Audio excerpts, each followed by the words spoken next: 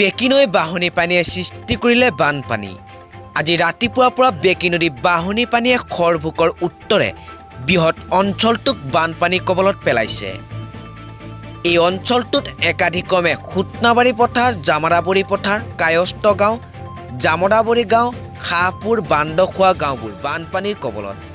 ইতিমধ্যে যুৱ নেতা মমছেদ আলমৰ সৈতে ৰমেশ তালুকদাৰৰ এটা সজাতি দল গৈ উক্ত অঞ্চলখিনি পৰিদৰ্শন কৰে।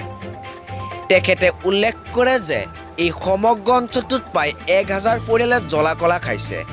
বানত আক্ৰান্ত মানুহখিনিৰ পোহনীয়া জীৱ-জন্তুৰ পৰা আদি কৰি সকলো দিশতে আশ্ৰয়স্থল বিচাৰি হাবাথুৰি খাবলগীয়া হৈছে। ভুক্তভোগী পৰিয়ালখিনিয়ে এতিয়ালৈ কোনো ৰাজসাহায্য লাভ কৰা নাই। যুৱ নেতা মমছেদ আলমে বিষয়ববীয়াসকলক অনতিপলমে বিশেষ ব্যৱস্থা হাতত ল'বলৈ আহ্বান জনাইছে। উত্তৰ সৰভোগ অঞ্চলৰ বাসিন্দাখিনি ইতিমধ্যে বেকী নদীৰ বাঢ়নী পানীয়ে আমাক জ্বলা-কলা খুৱাইছে। আমি বানপানীৰ কবলত পৰি আছোঁ।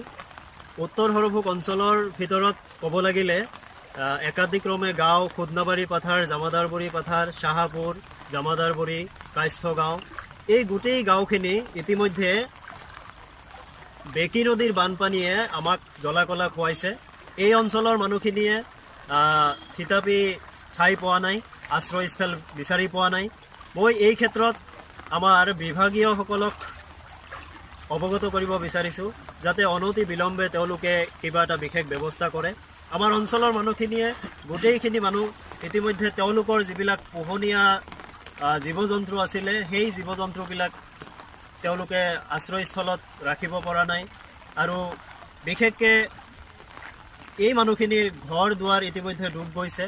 গতিকে মই অঞ্চলৰ যিসকল জনপ্ৰতিনিধি আছে তেওঁলোককো মই টানি অনুৰোধ জনাইছোঁ তেওঁলোকে যাতে আমাৰ এই ভুক্তভোগী মানুহখিনিৰ ফালে এবাৰ চায় আৰু তেওঁলোকৰ হৈ নিশ্চয় কিবা এটা ব্যৱস্থা কৰে।